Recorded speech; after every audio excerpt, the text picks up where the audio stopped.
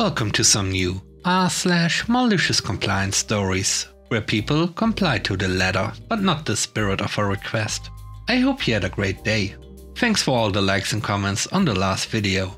If you would like to support this channel, please hit the like button and consider subscribing if you enjoy the content. And now, let's start with the first story. It's called No Exceptions. This story happened years and years ago. I work in health. The healthcare organization was transitioning from paper payroll to an online one. It is also important to know that you could take time in lieu instead of overtime. For instance, work 2-hour overtime, claim 3-hour time in lieu. You could take time in lieu only when there was staff to backfill you.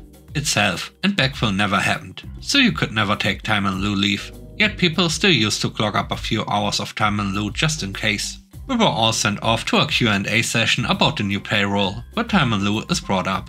HR tells us that we all need to take our time in lieu within 90 days, or we will be paid out under the new payroll system, as it was an award requirement. HR told us they understood under the paper system this didn't happen, but it would now. One of the nursing unit managers asked if she can cut a deal, as she has quite a bit of time in lieu. She suggests maybe taking a day off a week or an hour a day until she runs out. She gets told there are no exceptions. We are all treated equally. She replies, "Fine, I have over 600 hours of time in lieu." HR mouths drop open and they try to cut a deal in front of all of us. She tells them, "No, everyone is treated equally. I will have the next 90 days off and you can pay me out the balance." She did indeed have 13 weeks off and picked up a few weeks pay too. HR also had to backfill her position for 3 months. When she returned, she claimed overtime instead of time in lieu. HR could have cut a deal, but chose not to. Cost them 13 weeks of leave, a few weeks paid out and replacement staff for the time the nursing unit manager was away.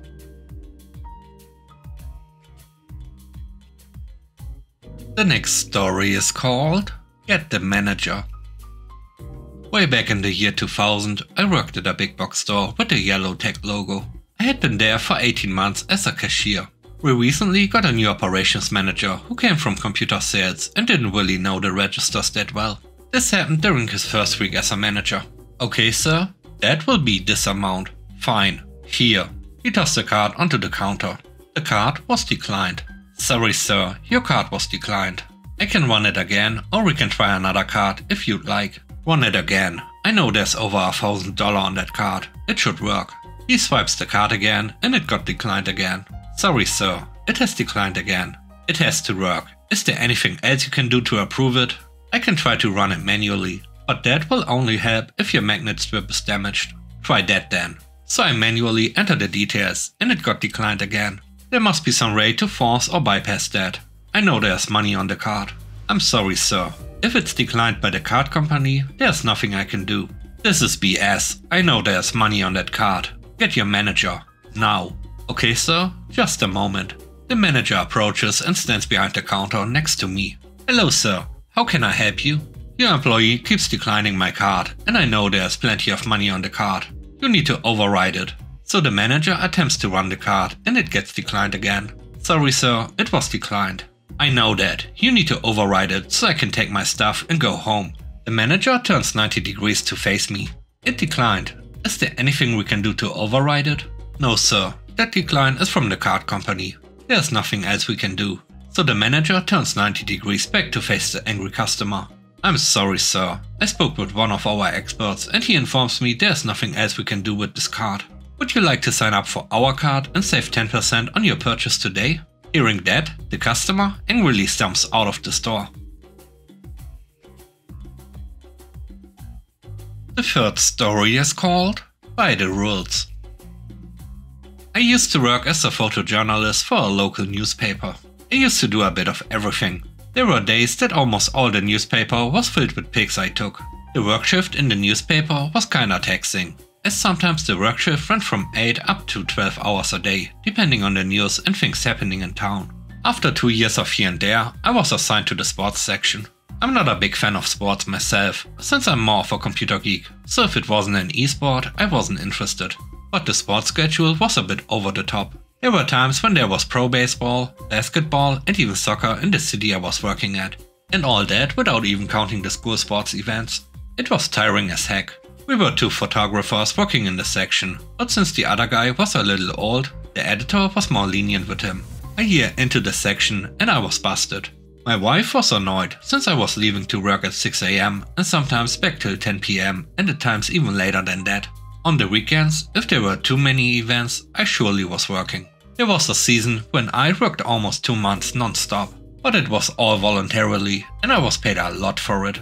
My editor was an old-school journalist that was working in the newspapers since day one. We used to joke that the building was built around him. He's a total grouch, but sometimes can joke around and makes people forget he's got a temper. During baseball season, I was really tired after almost 2 months of working non-stop. There was a baseball game going to be held on Saturday afternoon. My editor called me to his office to tell me that he needed me on Saturday. Since I was totally busted but could really use the overtime, I told him, sure, but for the game I'll even be in the stadium. When the game ends, I'll drive to the newspaper, deliver the material and go home. My boss wasn't happy with that. He wanted me all day, from 7 AM up until closing, since he had other events. I said no, and told him he should call the other guy, since it was my weekend off and I really needed rest. Needless to say, he wasn't very happy with that. Afterward, he was a real jerk to me on almost every occasion available, and if I did something wrong, he would scold me as if I was his son. Since sports is a section that had an awkward schedule, I had some liberties with the check-in time, and at times I was up to half an hour late. One day I checked in late only to find him right at the entrance waiting for me. He was super mad. He scolded me for over an hour, and after he was done he wrote me up with HR. The memo from HR specified that my work shift was 8 hours and that I was to work from 7 AM until 5:30 PM, no more no less. So from that day on I was in at 7 AM sharp, not a minute earlier, not a minute later. Sometimes I would arrive early, but waited by the clock until it was 7 AM to punch in. And at 5:30 PM I was out the door.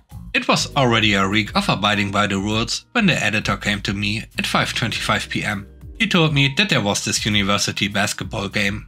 Apparently they rescheduled and wanted the newspaper to cover it. The editor said sure, and he wanted me to go. I just looked at him and said, I would really love to go, but as I recall in the memo HR made me sign, my work shift is from 7 AM to 5:30 PM. And since it's 5:30 PM, I'll be seeing you tomorrow. The color of my editor's face went from right to anger red. His voice went a bit higher while he said, if you go, I'll be writing you up with HR. With a devilish grin, I just told him, extra hours are voluntary, and I don't wanna do them, and left. The next day I came in at 7 AM sharp like a good boy, and I sat in my spot. My boss came with a somber face and told me in the fakest cheapish voice he could muster, okay, I guess there was a bit of misunderstanding with your work hours. Since you work a bit overtime when required, the management said your work shift is a bit more flexible and you could be a bit later from time to time. I just smiled and said thanks.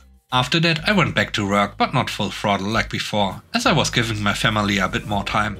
Whenever the editor needed some extra hours, he would ask in the nicest possible way. Some companies like to go by the rules, but when it doesn't favor them, the same rules go out the window.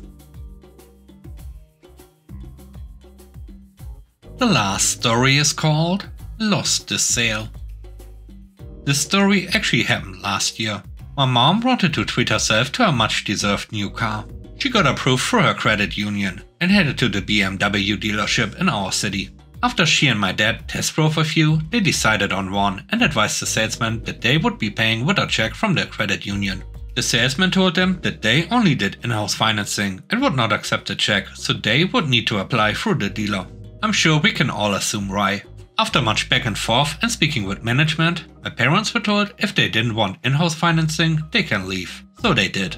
They went to another dealership across town and decided on a completely different make.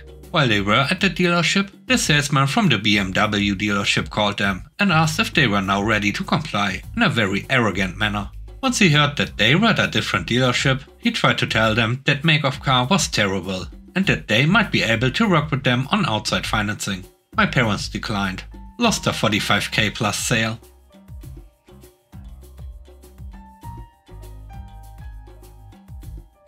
And with that, we end today's video. Let me know what you think about the stories.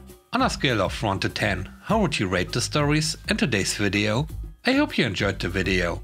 If you like what I do and want to support me, please subscribe and hit the like button. I hope you have a great day. Stay safe. Bye bye.